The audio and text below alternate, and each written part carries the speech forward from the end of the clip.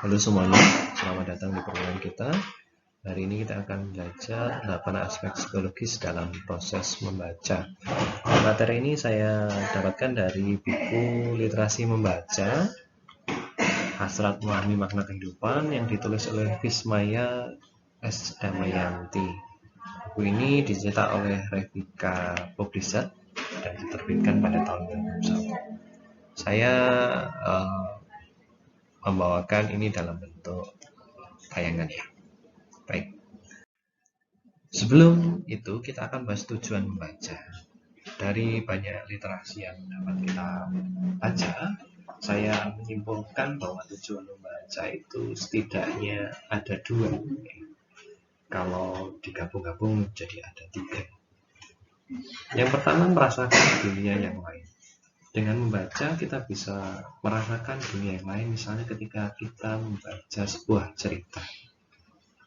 Dari cerita tersebut kita mengetahui ada dunia imajinasi yang dapat kita rasakan pada waktu itu. Jadi kita bisa merasakan dunia yang lain. Termasuk ketika kita membaca berita, laporan, itu terlihat seperti kita bisa merasakan sebuah kejadian, merasakan sebuah peristiwa langsung di depannya.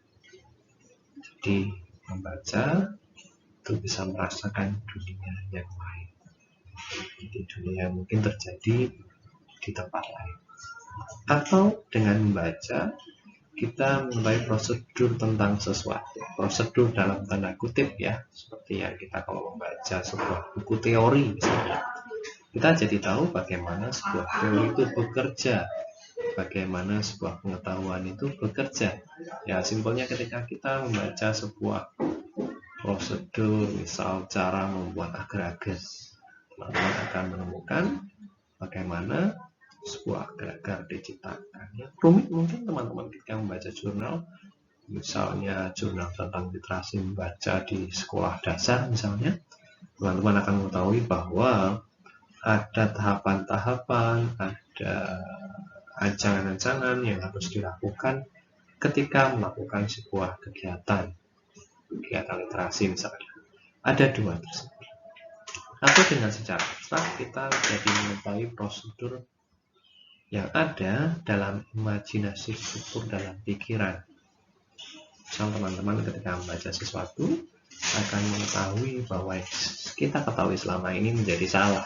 Tentu dengan bacaan itu tadi kita mencoba mengubah pemahaman kita, mengubah imajinasi struktur kita yang ada di dalam pikiran kita dan menggantikannya dengan yang baru. Dan demikian kita mengetahui prosedur-prosedur atau langkah-langkah cara kerja sesuatu dan bisa merasakan kebenaran, kesalahan atau sesuatu yang real dalam imajinasi kita melalui membaca. Nah, tujuan membaca dan aspek-aspek yang akan kita bahas ini dekat kaitannya dengan psikologis atau yang terjadi dalam jiwa dan pikiran seseorang. Tentu saja dalam membaca. Baik, teman-teman sudah membaca puisi ini di halaman pengantar saya. Ini puisi aku ini kayak Sapardi Djoko Damono. Ketika teman-teman baca ini, apa yang teman-teman rasakan? Termasuk tujuan yang pertama, atau tujuan kedua, atau tujuan ketiga, atau tujuan lain ketika membaca puisi ini. Atau ketika teman-teman membaca cara memasak mie instan. Tentu saja ini berbeda dengan bacaan yang pertama. Teman-teman juga merasakan hal yang berbeda dengan bacaan pertama. Di sini sungguh prosedural, sungguh ada langkah-langkahnya. Sungguh langkah pertama harus dipahami lebih dulu, harus dilaksanakan lebih dulu. Ini dua bacaan yang sangat berbeda tujuan dan maksud pembuatannya. Seperti itu. Jadi bacaan-bacaan itu sangat beragam terkait dengan tujuan dan maksud dibuat bacaan tersebut. Termasuk aspek yang ada di dalam membaca itu. Meskipun aspek membaca di dalam itu banyak, tapi kita bisa menyarikan beberapa aspek itu menjadi 8. 8 aspek itu antara lain ini menurut Paul Smith dan Klotsky. pada 2019 yang saya kutip dari Damayanti 2021. Ada 8 aspek psikologis proses membaca. Jadi dalam membaca itu kita akan mengetahui bahwa ada 8 aspek yang bekerja dalam pikiran manusia. Nah, aspek membaca, mungkin teman-teman sudah tahu ya apa itu membaca, tapi mungkin kita secara tidak sadar melakukan 8 hal ini tanpa harus mengetahui. Nah, karena kita sedang belajar literasi membaca, kita harus tahu 8 langkah-langkah tersebut, sehingga apabila ada terjadi kesalahan dalam membaca atau terjadi kesulitan dalam membaca, kita dapat menyelesaikannya dengan merujuk pada 8 aspek. Ini salah satu pandangan ya teman-teman. Kalau teman-teman punya pandangan lain tentang aspek psikologis dalam membaca, teman-teman bisa membagikannya di kolom diskusi. Yang pertama, aspek sensorik dan persepsi pembaca atau membaca. Aspek pertama yang harus dilalui adalah aspek sensorik. Kita tahu bahwa membaca itu membutuhkan sensor, membutuhkan indera. Paling besar, manusia itu menggunakan indera penglihatan untuk membaca simbol. Ya, simbol itu ada banyak di dunia ini. Ada simbol verbal dan simbol non-verbal. Dalam kaitan membaca, biasanya kita mengaitkan diri dengan simbol yang dimaksud simbol verbal atau huruf-huruf. Yang pertama kita lakukan adalah melihat simbol.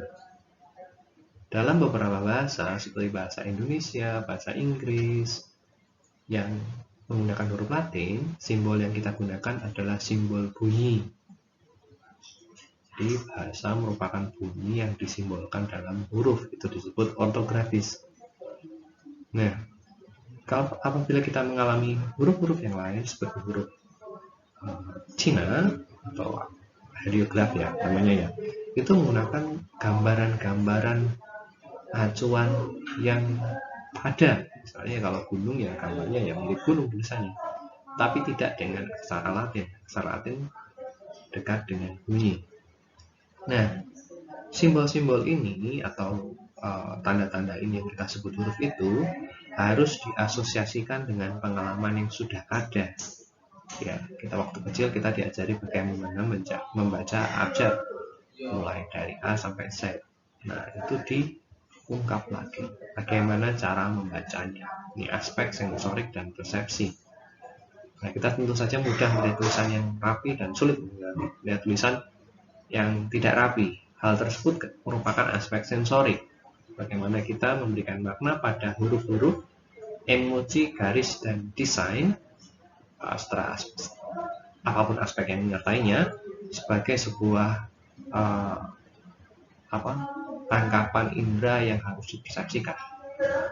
Nah, sampai di situ, teman-teman harus tahu bahwa imaji-imaji yang diberikan oleh huruf tersebut itu mungkin juga akan dipersepsi berbeda oleh pembaca kita. Apabila teman-teman saya sebutkan satu benda, misalnya botol seperti itu. Botol itu mungkin di pikiran teman-teman akan berbeda sesuai dengan pengalaman teman-teman.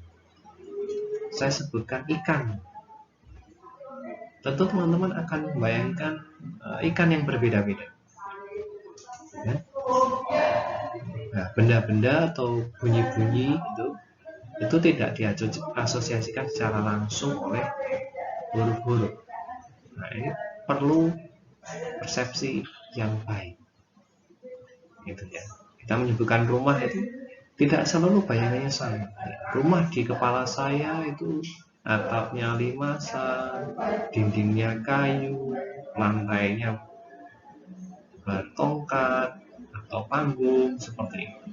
Tapi mungkin bagi orang yang sangat Jawa itu ya bayangan rumah adalah berbentuk pendopo.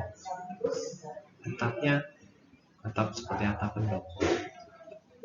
Nah, kadang-kadang dalam proses yang pertama atau aspek yang pertama, aspek sensorik dan persepsi pembaca ini, kita sering mengalami atau membaca atau menangkap simbol yang tidak kita kenal. Misalnya ada kata-kata yang kita tidak pernah mendengarnya atau tidak pernah kita baca. Kita mencoba mengenali itu melalui lingkungan yang ada di sekitar atau sensorik yang ada di sekitar. Tapi kejadian seperti ini sering terjadi. Nanti kita bahas pada aspek berikutnya. Ada aspek yang kedua, aspek sekuensial dalam membaca. Sekuensial itu urutan dalam membaca. Dalam bahasa Indonesia atau bahasa yang huruf Latin biasanya kita baca dari kiri ke kanan, ya. Dari buku itu biasanya dari kiri ke kanan. Kita juga mengenal yang disebut layout misalnya 2 kolom, 3 kolom, gitu ya. Misalnya teman-teman membaca komik tentu saja akan berbeda dengan membaca buku pelajaran, ya. Itu aspek sekuensialnya yang berbeda. Nah, keterampilan ini juga diperlukan. Ada bahasa yang dari kanan ke kiri, dari halamannya, jilidnya di kiri atau jilidnya di kanan. Nah, kita tahu sekarang kita ada di dunia digital. Bagaimana kita cara membaca? Ya berbeda, cara mencarinya berbeda, aspek sekuensialnya juga mungkin berbeda. Teman-teman pasti tahu bagaimana sulitnya orang tua kita untuk membaca sebuah website. Karena bagi mereka lebih mudah membaca sebuah koran. Begitu pula dengan rekan-rekan yang sudah tidak terbiasa dengan koran cetak, akan sulit membaca urutan-urutan pada kolom-kolom di koran, karena ada aspek sekuensial dalam membaca. Lebih makro lagi, kita bisa lihat bahwa setiap kata-kata itu punya fungsionalnya sendiri dalam bahasa. Bagaimana kita membaca subjek lebih cepat daripada membaca yang lain. Bagaimana keterangan itu bekerja dalam sebuah kalimat. Itu adalah aspek sekuensial dalam psikologis membaca. Saya tidak berikan contohnya di sini untuk lebih memanfaatkan waktu, ya. Kita bergerak ketiga, aspek pengalaman membaca. Seberapa banyak bacaan yang pernah Anda baca, pengetahuan yang Anda peroleh, itu membuat pengalaman membaca akan berbeda. Ya, dalam pengalaman membaca tentu saja skemata. Skemata itu sekumpulan konsep yang terorganisasi, terikat dengan objek, tempat, dan tindakan atau peristiwa yang Anda kuasai berbeda-beda. Nah, pembacaan tersebut akan mengalami pemahaman Anda yang berbeda-beda. Misal, teman-teman mengetahui konsep guru. Guru tersebut bagi setiap orang akan berbeda. Bagi konsep yang ada di pikiran saya, guru sekolah dasar ya adalah guru yang mengajar di sekolah dasar. Tapi mungkin akan berbeda dengan yang ada dalam pikiran teman-teman. Teman-teman yang benar-benar mempelajari bagaimana guru atau bagaimana cara menjadi guru di sebuah sekolah dasar. Bagi orang lain, ya, prodi sastra Indonesia itu tidak hanya mempelajari sastra Indonesia, sastra yang terkait dengan drama, puisi, novel, gitu ya, cerpen seperti itu. Tapi sebenarnya tidak. Nah, konsep-konsep yang ada dalam pikiran pembaca itu berbeda-beda.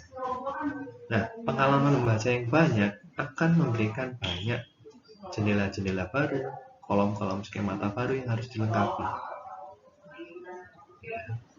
Konsep guru itu mengajar di kelas. Oh, ternyata tidak. Guru itu juga mengajar di luar kelas. Oh, ternyata guru juga tidak hanya mengajar. Guru juga membimbing siswa. Tapi mungkin bagi seorang lain tidak sampai di situ. Guru adalah sebuah tipe pekerjaan. Tidak seperti yang kita bayangkan. Nah, ini adalah celah-celah pengalaman yang bisa kita perbaiki, bisa kita isi dengan membaca. Jadi membaca itu ada aspek pengalaman yang baru. Dengan membaca artikel tentang guru, misal Anda tahu bahwa mendapatkan informasi baru tentang guru. Guru itu tidak hanya sebuah pekerjaan, tapi guru itu adalah sebuah ini. Sastra Indonesia tidak hanya itu, tapi tentang ini dan itu. Gitu ya. Pemahaman seseorang tentang kuliah ya akan berbeda dengan orang lain misalnya yang tidak kuliah, itu misalnya akan berbeda. Nah, itu bisa dijembatani dengan pengalaman membaca.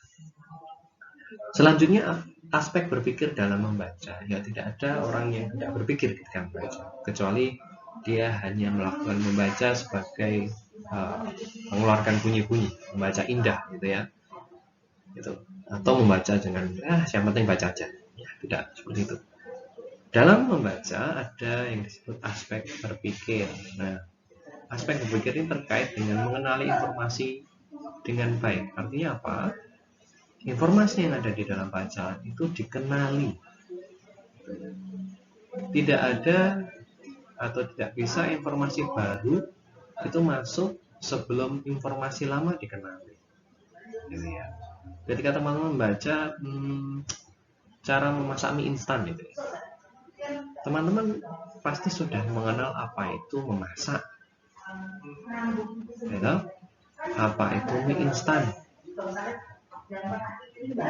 Nah, kalau teman-teman sudah mengenali informasi itu, teman-teman akan bisa menilai bacaan yang ada di sana.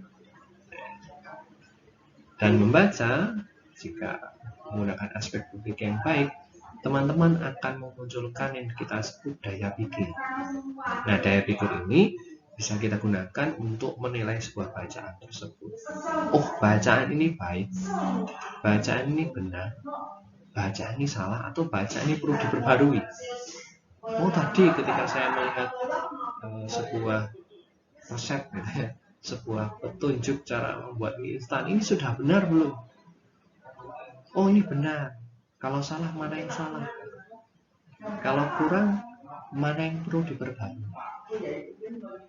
Itu bagaimana kita memunculkan daya pikir ketika membaca. Ketika membaca artikelnya Pak Sinung, makalahnya Pak Sinung ini baik, benar, atau salah, dia perlu diperbaiki ya. Nah, kadang-kadang aspek keempat ini digunakan guru-guru itu untuk mengetes sampai mana toh murid-murid saya itu membaca ya. Jadi mana yang salah dari paragraf ini ya kan, mana tuturan yang benar dari paragraf ini, siapakah ini ya, itu menunjukkan daya pikir. Betul.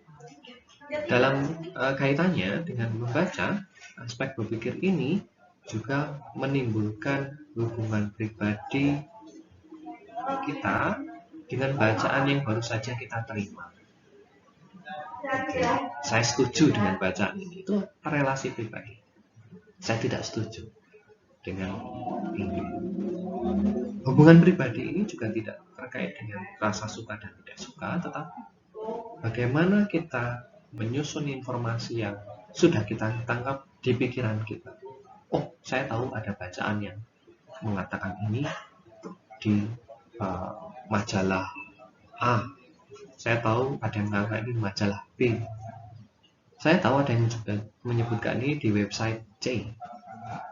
Nah, kita punya hubungan-hubungan yang terkait dengan literasi yang sudah kita baca. Itu dengan cara berpikir. Berpikir itu salah satunya dengan cara mengidentifikasi, mengklasifikasikan, kemudian menganalisis. Itu aspek berpikir yang paling sederhana yang bisa kita lakukan, bahkan mungkin semua orang bisa melakukannya ya. Baik, kita lanjut ke aspek kelima, aspek belajar dalam membaca. Lupa, membaca itu juga belajar kan? Belajar butuh membaca ya, tapi ada aspek yang kita sebut aspek belajar. Artinya apa? Membaca itu bukan sesuatu yang sederhana. Membaca itu sebuah kegiatan yang kompleks dan perlu belajar untuk kita bisa melakukannya. Ya, dari pengenalan simbol, pengenalan bunyi, menuliskan lagi bunyi itu, kita perlu belajar. Sampai pada membaca itu menjadi sesuatu yang bermanfaat untuk menambah ilmu pengetahuan. Itu jelas-jelas butuh belajar. Gitu ya. Oleh sebab itu kadang-kadang kita dalam RPS apa itu kita harus tahu ya, membaca, menulis itu masuk dalam aspek yang perlu kita nilai dan perlu kita latih. Nah, membaca itu bergantung pada motivasi yang sudah kita peroleh, misalnya kita sebagai pembaca. Latihan dalam membaca dan bagaimana kita menguatkan proses membaca kita. Motivasi, misal kita dapat memilih topik-topik yang kita inginkan, kita mau. Ada yang suka otomotif, topiknya otomotif. Otomotif yang lebih spesifik lagi, suka pada tentang Vespa sebagai motivasi. Yang lain mungkin suka memasak, motivasinya membaca hal-hal yang terkait dengan memasak. Latihan, ya kita bisa kadang-kadang mengkorelasikan antara bacaan kita dengan praktik seharian kita. Teman-teman suka dengan fotografi misalnya, motivasinya membaca fotografi.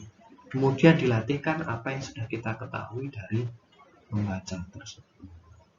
Gitu. Kemudian melakukan penguatan. Bagaimana itu diulangi hingga kita punya motivasi yang kuat, punya fisik yang kuat dan mental yang kuat ketika mulai membaca sesuatu. Kalau sudah 3 hal ini sudah kuat, gitu, biasanya orang akan bertahan dengan bacaan tersebut dengan waktu yang cukup lama. Ya kan, bagaimana kita lihat orang membaca novel itu bisa setebal itu habis dalam waktu sehari. Ya, saya tidak bisa melakukan itu karena saya tidak punya motivasi yang besar untuk membaca novel itu. Tapi mungkin untuk membaca yang lain, saya masih bisa lebih tahan daripada membaca novel tersebut. Itu terkait dengan bagaimana kita belajar. Nah, seperti yang saya simpulkan tadi, bahwa membaca adalah sebuah aktivitas yang perlu dipelajari. Kenapa? Karena kita butuh kemampuan untuk membaca. Nah, kemampuan itu kita gunakan untuk apa? Pertama, yang paling relatif dengan kita ya, dengan membaca secara benar ya, itu dapat meningkatkan keberhasilan akademis, keberhasilan proses belajar secara akademis mahasiswa, peserta pelatihan. Jadi kalau membacanya dengan benar, itu bisa meningkatkan keberhasilan akademis. Yang membaca sederhana ya, membaca kapan tugas dikumpulkan, itu meningkatkan keberhasilan akademis ya. Dibaca kalau tugasnya akan dikumpulkan jam 3 ya jangan dikumpulkan jam 4 ya, ditulis terlambat itu ya. Membaca dengan cermat prosedur yang diberikan oleh tutor. Itu baru prosedur ya, belum materi lagi ya. Nah, itu meningkatkan keberhasilan akademis. Karena apa? Komunikasi kita di dalam ragam tulis adalah dengan tulisan. Tidak perlu menggunakan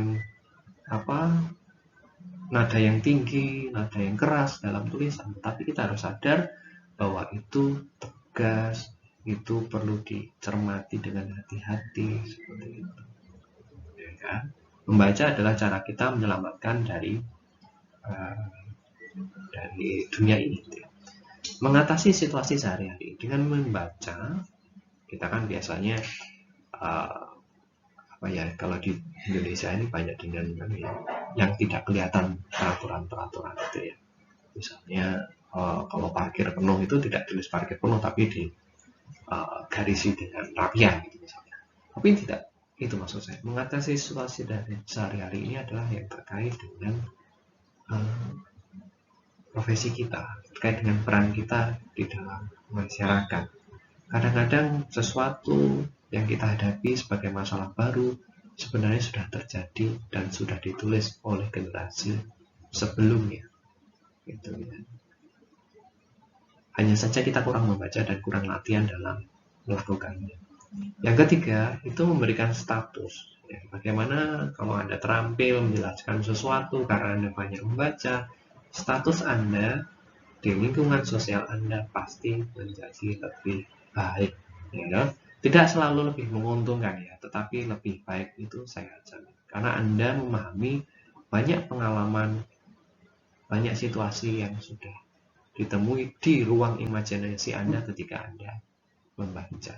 Nah, terkait dengan imajinasi tadi, aspek yang terakhir adalah bacaan juga menyediakan tempat rekreasi dan kesenangan.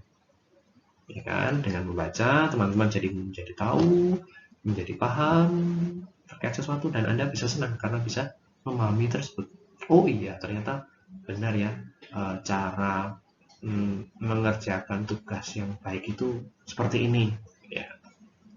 Cara mengatur waktu yang baik itu seperti ini. Kan Anda senang mengetahui pengetahuan baru hari ini, itu dengan cara membaca. Itu sebabnya membaca itu juga perlu belajar. Nah, pada setiap satuan pembelajaran atau pengalaman ya, itu kita dapat menemukan cara yang berbeda. Ketika Anda sedang sekolah dasar ya, cara mengajari membaca itu pasti berbeda dengan orang yang sudah dewasa, kan? Tidak perlu ya kan diajari baca judul dulu gitu kalau sudah mahasiswa ya. Iya, baca abstraknya dulu, kemudian baca metodenya. Ini tidak perlu. Kalau sudah mahasiswa, bacanya harus menyeluruh dan dia tahu mana yang penting untuk dibaca. Itu pasti seorang yang punya pengalaman baca lebih tinggi. Bahan-bahan bacaan itu berbeda ya. Itu mungkin dipelajari di mata kuliah yang lain. Kita lanjut ke aspek ke-6.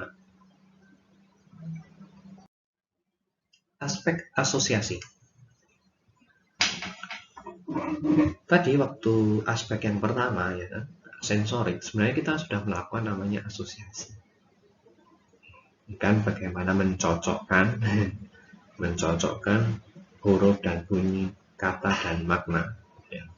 Tetapi dalam aspek ke-6 ini, setelah langkah kita mengetahui aspek-aspek sebelumnya, kita juga perlu aspek asosiasi.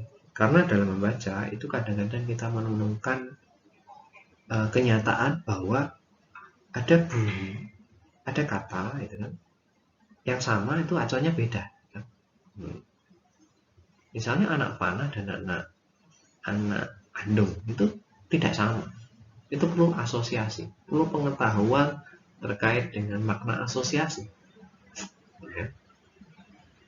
Makna dan bunyi itu penting ketika kita membaca. Ini masih ada kaitannya dengan bahasa ya. Ya. Bagaimana kita harus memahami konteks dalam membaca itu. Kadang-kadang tiba-tiba ada kata kambing hitam ya, itu bukan kambing yang berwarna hitam, tetapi seseorang yang disalahkan. Misalnya kita tiba-tiba membaca dia di hotel Prodeukan, itu bukan hotel, itu penjara. Nah, aspek asosiasi ini dilatih melalui proses-proses membaca yang baik. Nah, kadang-kadang membaca kita bisa menemukan pengalaman yang baru. Dan kadang melihat kata yang tidak diketahui acuannya, artinya, atau maksudnya. Nah, kita bisa memahami acuan, arti, dan maksudnya itu melalui konteks yang dilingkupi oleh kata tersebut atau melingkupi kata tersebut. Gitu ya. Kalau soal tahanan, soal tersangka, ya hotel Prodeo maksudnya adalah Prodeo itu penjara ya sudah ya. Artinya penjara. Pak Budi membeli seekor kambing hitam. Itu artinya bukan orang yang disalahkan ya. Tapi kalau Adi menjadi kambing hitam dalam kasus itu ya bukan berarti Adi berubah menjadi kambing yang berwarna hitam gitu ya. Itu akan kita ketahui. Atau dalam hal yang kompleks, kadang-kadang aspek asosiasi ini kita bisa menemukan solusinya dengan cara membuka kamus. Itu sebabnya sebenarnya setiap mahasiswa itu perlu punya kamus Eka Bahasa, kamus yang menjelaskan bunyi-bunyi bahasa dalam bahasa tersebut dengan menggunakan bahasa itu. Jadi kalau itu token dalam bahasa Indonesia dijelaskan dalam kalimat dan paragraf bahasa Indonesia. Itu kamus. Atau punya ensiklopedi. gitu ya. Itu baik kalau teman-teman ke kampus, ke perpus, teman-teman bisa buka ensiklopedia. Atau secara online kita bisa buka Wikipedia untuk pembuka cakrawala pertama kita. Atau cari di Google artinya apa gitu ya. Itu aspek asosiasi. Bagaimana kita belajar mengasosiasikan sebuah kata, sebuah kalimat dalam bacaan yang lebih luas. Nah, kalau sudah mengalami aspek asosiasi ini, ya bacaan apapun mudah gitu. Kadang-kadang setiap ragam bacaan punya asosiasinya masing-masing. Dan itu perlu belajar. Kemudian aspek afektif dalam membaca. Afektif ya, sikap ya, afeksi, perhatian.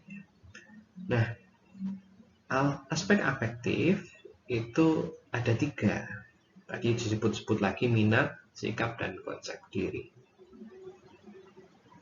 Nah, aspek afektif ini mempengaruhi ketahanan seseorang dalam membaca. Saya tahan baca Crayon Shinchan 1 episode dalam 1 hari duduk gitu ya. Tapi kalau saya membaca buku literasi membaca ini ya 1 jam ya paling mungkin baru puluhan halaman. Karena isinya tulisan semua. Nah, itu tergantung minat, sikap, dan konsep diri. Tapi ya, ketahanan ini bukan berarti hanya tentang waktu ya, tentang durasi, sejam, 2 jam gitu ya. Tapi terkait dengan bagaimana kita mengusahakan mendapatkan informasi sesuatu dalam jangka waktu yang kita punya. Jadi kalau misal saya membaca 1 bab di buku ini untuk mengajar besok pagi gitu ya, saya membutuhkan waktu berapa menit untuk memahami ini semua. Nah, tentu bukan soal waktu saja, tetapi soal bagaimana usaha kita untuk mendapatkan informasi sebanyak-banyaknya dalam waktu sesingkat-singkat.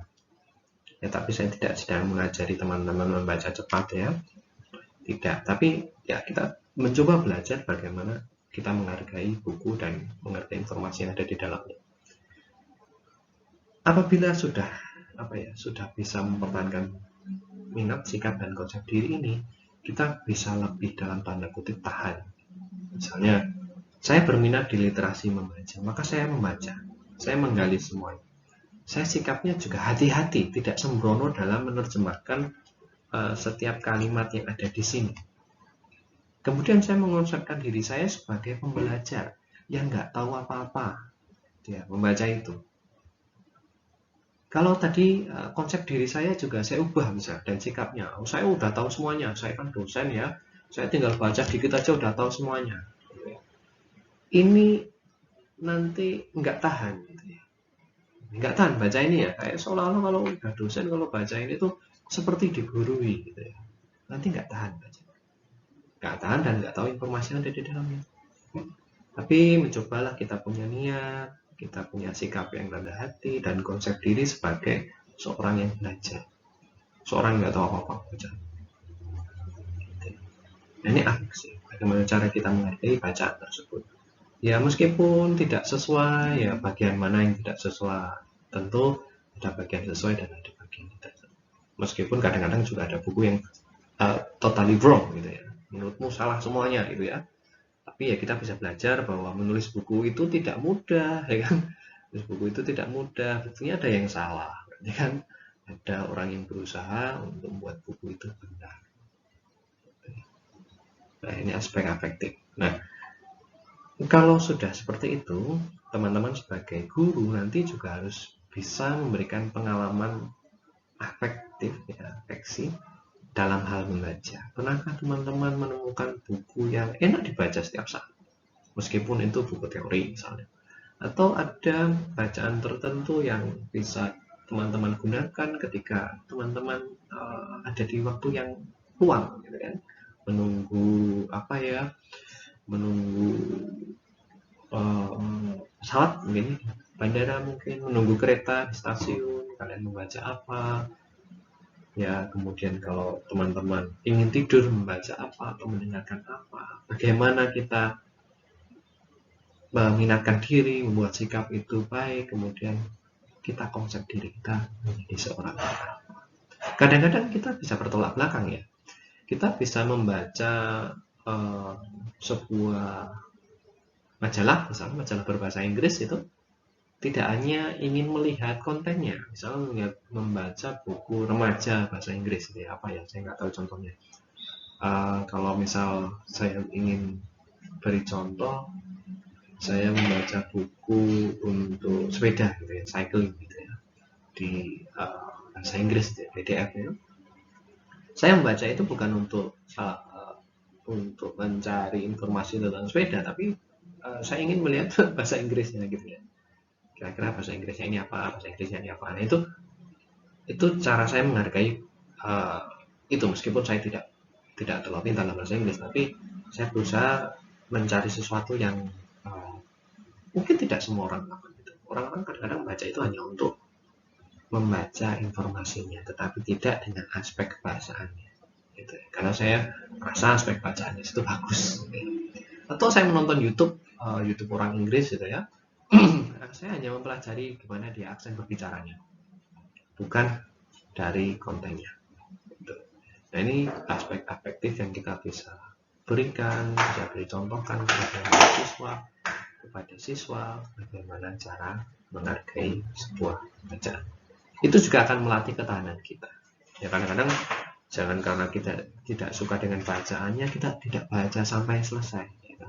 Meskipun tidak suka, ya coba baca sampai selesai. Ini kira-kira kelemahannya di mana? Nah, itu salah satu aspek. Kemudian aspek konstruktif dalam membaca. Yang membaca itu saya asosiasikan dengan membangun sebuah struktur dalam pikiran. Ya, kita tahu konsep mengajar misalnya. Konsep mengajar itu harus memberikan materi, ya kan? Misalnya menjelaskan, kemudian mengevaluasi.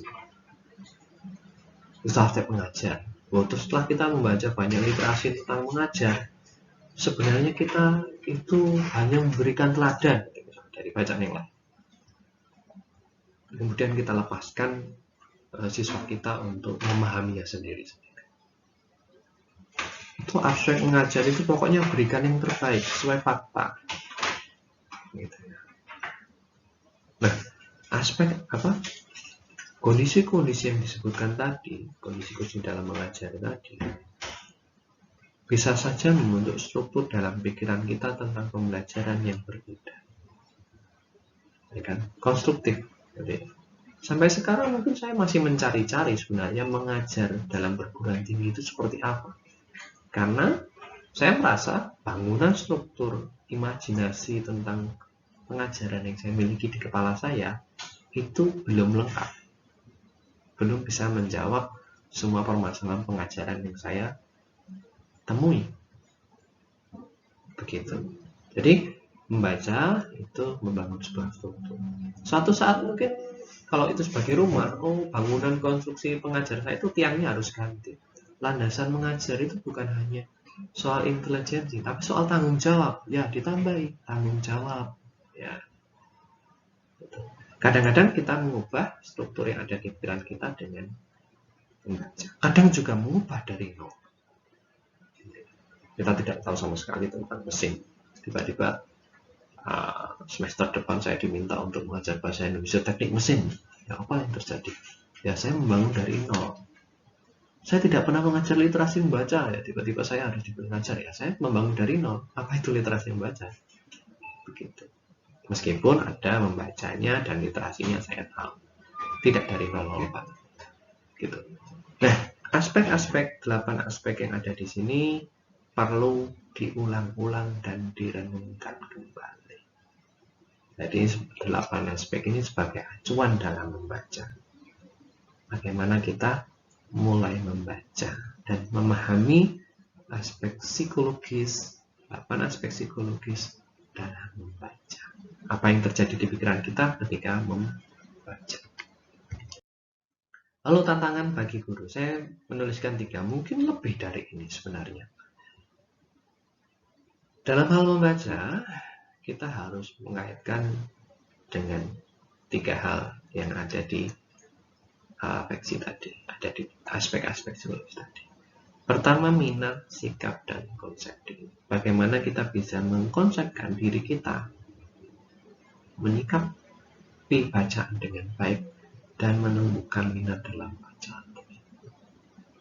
Ya mungkin minat agak sedikit dipaksa gitu ya, sikap agak sedikit dipaksa, konsep juga agak dipaksa, tapi di situ ada pembelajaran. Bagaimana kita meletakkan diri kita, memberikan horizon harapan pada diri kita sendiri supaya tidak lepas dari cara yang baik. Gitu ya. Kita punya banyak buku, kita punya banyak literasi, mana yang dibaca, bagaimana menyikapinya. Mungkin ada buku yang dianggap orang lain tidak bagus, tidak sesuai dengan pengajaran. Coba kita lihat. Artinya kita ingin punya minat untuk mempelajari apa yang belum dapatkan ini. Nah, membaca itu sesuai dengan level pengalaman baca seseorang dan juga asosiasi. Bagi teman-teman yang akrab dengan dunia pendidikan, tentu akan mudah membaca jurnal tentang pendidikan. Ya, kan? Tapi bayangkan orang yang ada di lapangan yang tidak sering baca jurnal-jurnal tentang pendidikan di kelas, ya, tentu sulit. Ya, kan? Asosiasi dan level membacaku tentang pendidikan ada di level 3 dari 5 misalnya. Akan berbeda dengan bacaan orang yang di level 2 dari level 5. Berbeda. Asosiasi biasa membaca tentang pertukangan ya, akan berbeda dengan membaca tentang pelayaran. Yang asosiasinya bahasa Indonesia ya akan berbeda dengan asosiasinya ekonomi. Kemudian skemata dalam pikiran kita juga berbeda ya. Mungkin yang cowok ya akan tahu mobil balap itu apa aja gitu, tahu ya. Mobil balap itu loh ada Formula One, Formula 2, Rally Dakar yang ada ya. Tapi kalau di pikirannya perempuan mungkin mobil balap ya mobil yang kencang gitu ya, di pikiran saya gitu ya, misalnya mobil kencang gitu. Tapi ya laki-laki tidak akan tahu makeup itu ada apa aja. Taunya bedak, lipstik gitu. Tidak. Tentu saja ada potongan-potongan pengetahuan yang kita tidak tahu. Lalu yang ketiga, membaca jangan sampai bebas tujuan. Tentu harus menentukan tujuan mengapa kita membaca ini. Saya membaca materi ya. Baca materi maksudnya adalah supaya sadar terkait hal ini, itu tujuannya. Kalau belum sampai pada tujuan itu, jangan menyerah. Kita sampai pada tujuan itu. Nah, tantangan-tantangan ini kan menjadi sebuah masalah ketika tidak dipelajari, tidak dicermati, maksudnya tidak dicermati dengan baik. Kalau dicermati, itu akan diidentifikasi dengan mudah masalahnya dari mana. Masalahnya tentang sensorik, nggak kenal hurufnya. Coba kita ubah menjadi huruf yang lebih dikenal. Masalahnya tentang asosiatif, coba kita berikan bacaan yang lain yang lebih mudah. Baik, itu saja teman-teman dari saya. Terima kasih atas perhatiannya. Apabila ada pertanyaan, teman-teman bisa sampaikan di kolom pertanyaan. Selamat siang dan sampai jumpa di pertemuan selanjutnya. Terima kasih.